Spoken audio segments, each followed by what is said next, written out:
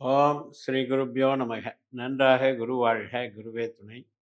பரபிரம்ம ருத்ரகாயத்ரி ஞானஸ்வரத்தின் நண்பர்களுக்கு வணக்கங்களும் வாழ்த்துக்களும் கூறி, கும்ப லக்னத்திற்கு இந்த பலன் ஜூலை 5ஆம் தேதி முதல் ஜூலை 16ஆம் தேதி வரை 12 நாட்களுக்கு சுக்கிரன் சிம்ம ராசிக்கு பயிற்சியாகி கேதுனுடைய நட்சத்திரத்திலே கேதுவோடு சேர்க்கை பெற்று 12 நாட்கள் இருப்பதை பற்றித்தான் இதில் பார்க்க போகிறோம். நமக்கு 7ஆம் வீடு தான் சிம்ம ராசி.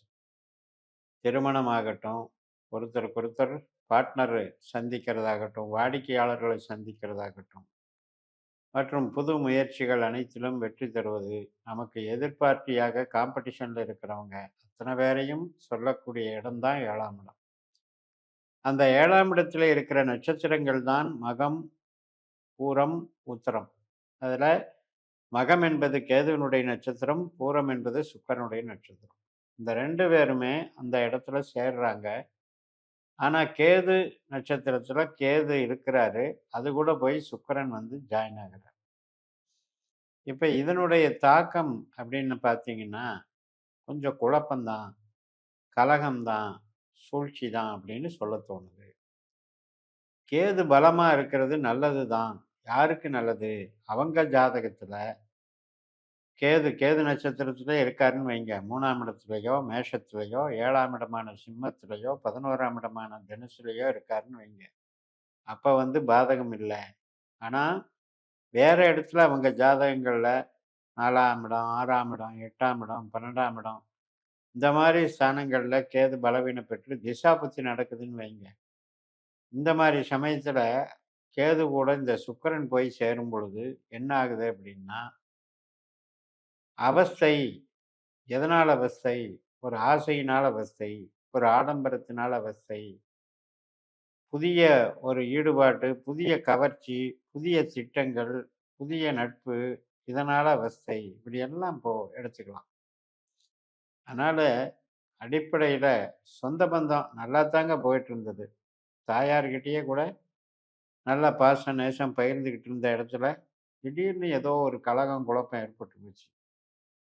ஒருத்தருக்கு ஒருத்தர் விரோதம் ஆகிற அளவுக்கு ஏதோ ஒண்ணு கலகம் பண்ணி விட்டுட்டாங்க.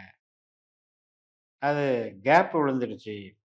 அப்படின்னா இந்த 12 நாள் பேசாம இருந்துக்கணும். அப்படி இல்ல, உறவு நல்லா இருக்குன்னா, ஆரோக்கியத்துல ஏதோ ஒரு பிரச்சனை. அதன் மூலமாக நமக்கு கொஞ்சம் சங்கடம். அனைத்து விதமான உறவுகள்லயும் வரக்கூடிய ஒரு அமைப்பும் எடுத்துக்கலாம். கணவன் மனைவி உறவுகள்ல ஏற்படக்கூடிய அமைப்புன்னு எடுத்துக்கலாம். ஸோ இது மாதிரி விஷயங்கள பார்த்துக்கணும். மூளை உழைப்பு சார்ந்த பணிகள் செய்றோம்னு வைங்க. இப்ப ஐடில இருக்கோம், கமிஷன் தொழில்ல இருக்கோம், கன்சல்டிங் பிசினஸ்ல இருக்கோம், மீடியாவுல இருக்கோம், செய்தி விளம்பரத் துறையில இருக்கோம், மார்க்கெட்டிங்ல இருக்கோம். இது மாதிரியான தொழில் பலங்கள்ல இருக்கும் பொழுது கூட, சக வாடிக்கையாளர், சக ஊழியர் இவர்களோடு ஏற்படக்கூடிய மனோ சஞ்சலங்கள், தேவையில்லாம ஒருத்தருக்கொருத்தர் ஒரு டிஸ்ட் வச்சுக்கிறதுன்னு சொல்லுவாங்க இல்லையா? ஒரு உள்ளொன்று வைத்து புறமொன்று பேசுவது. மனசுக்குள்ள ஒண்ணு வச்சுக்கிட்டு, வெளிய வந்து ஏதா ஒண்ணு பேசி நம்மகிட்ட போட்டு வாங்குறது. அதாவது ஒரு விஷயத்த வாங்குறதுக்கு பல வழிகள, தந்திரங்கள யூஸ் பண்றது. வாய பிடுங்குறது. இதன் மூலமாக என்ன ஆகும் அப்படின்னா, நம்மளை நாமளே தாழ்த்திக் கொள்ற வகையிலயும், அல்லது நம்மளுக்கு வீழ்ச்சிய குடுக்கிற வகையிலயும், ஏதோ ஒரு சூழ்நிலைய அங்க உருவாக்கி விட்டுருவாங்க. இதைத்தான் வந்து நம்பத்தகாத வட்டாரம்னு சொல்லுவாங்க. நம்பத்தகாத வட்டாரத்துக்கிட்ட நம்மளே மாட்டிக்கிறதுங்கிறது இதுதான். அதனால அது மாரி அகம் சார்ந்த பணிகள்ல இருந்தாலும் சரி, சொந்த பந்தங்கள், கணவன், மனைவி, தாயார் இந்த வகையில ஏற்படக்கூடிய வகையில உறவுகள்லயும் சரி, ரொம்ப கவனமா இருக்கணும். இந்த 12 நாட்கள் தான். அதுக்கப்புறம் சுக்கிர நட்சத்திரத்துக்கு சுக்கிரனே போயிருவார். அதுக்கப்புறம் ப்ராப்ளமே இல்ல.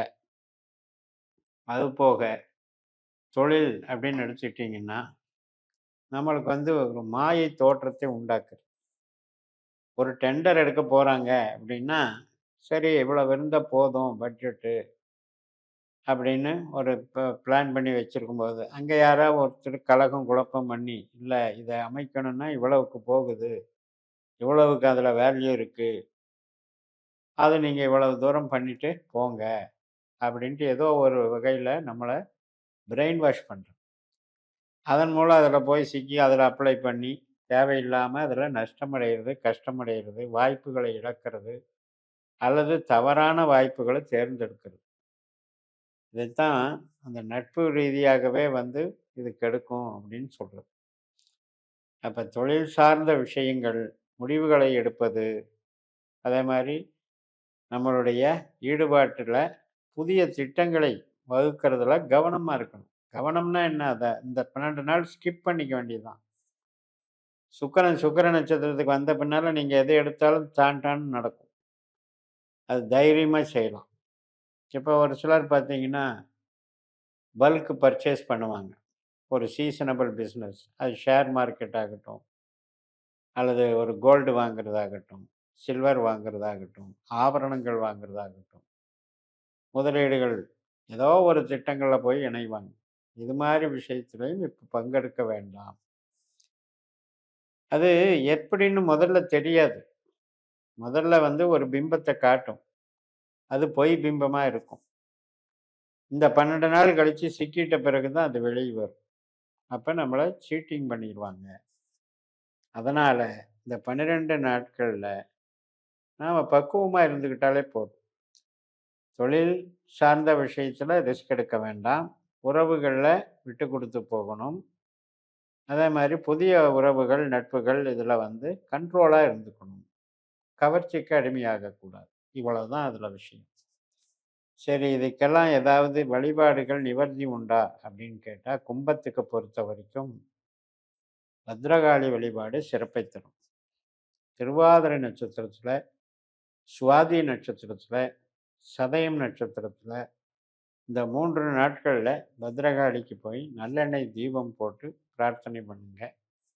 இதை பண்ணும்போது உங்களுக்கு ரெகுலராகவே பண்ணிட்டு இருக்கலாம். நீங்கள் இந்த இஷ்யூவுக்கு மட்டும் இல்லை, மன நிம்மதி, ஒரு பிரச்சனைக்கு தீர்வு, அதே மாதிரி வலி வேதனைகள்லேருந்து விடுபடுறது, ஆரோக்கியத்துக்கு, நோய்கள்லேருந்து விடுபடுறதுக்கு, வழக்குகள் நடக்குது அதிலிருந்து விடுபடுறதுக்கு எல்லாத்துக்குமே இந்த பரிகாரம் தான். திருவாதிரை, சுவாதி, சதய நட்சத்திரம் பத்ரகாளிக்கு வழிபாடு பண்ணலாம். நீங்கள் வீட்டிலேயே கூட ஒரு பலகையில் ஸ்வஸ்திக் சக்கரம் போட்டு ஒரு தீபத்தை வச்சு துர்கை அஷ்டோத்திரம் படிக்கிறது, அல்லது துர்கைக்கு உண்டான என்ன தெரியுதோ அந்த ஸ்லோகங்கள், ஒன்றுமே தெரியல அப்படின்னா தும் துர்காயை நமக, அவ்வளோதான். ஓம் க்ளீம் காளியை நமக, இது மாதிரி பீஜ மந்திர ஜபங்களையும் ஜபிச்சுக்கலாம். இது மாதிரி எல்லாம் பண்ணும்போது அந்த டிவைன் பவர் ஒரு கூடா விஷயத்துக்கு, தேவையில்லாத விஷயத்துக்கு சிக்க வைக்காமல் நம்மளை பாதுகாத்துக்கு. அது மாதிரி ஃபாலோ பண்ணிக்கோங்க. ஆரோக்கியத்துக்கும் இந்த வழிபாடு உங்களுக்கு மிகச்சிறப்பை தரும் என்று சொல்லி நிறைவு செய்கிறேன். இந்த சேனலை சப்ஸ்கிரைப் பண்ணி ஷேர் பண்ணுங்கள். உங்கள் தனிப்பட்ட ஜாதக பலாபலன்களை என்னுடைய வாட்ஸ்அப் நம்பரில் தொடர்பு கொண்டு பலன் பெறுங்கள். உங்களிடமிருந்து விடைபெறுகிறேன். உங்கள் ஜேஎம்எஸ். நன்றி, வணக்கம்.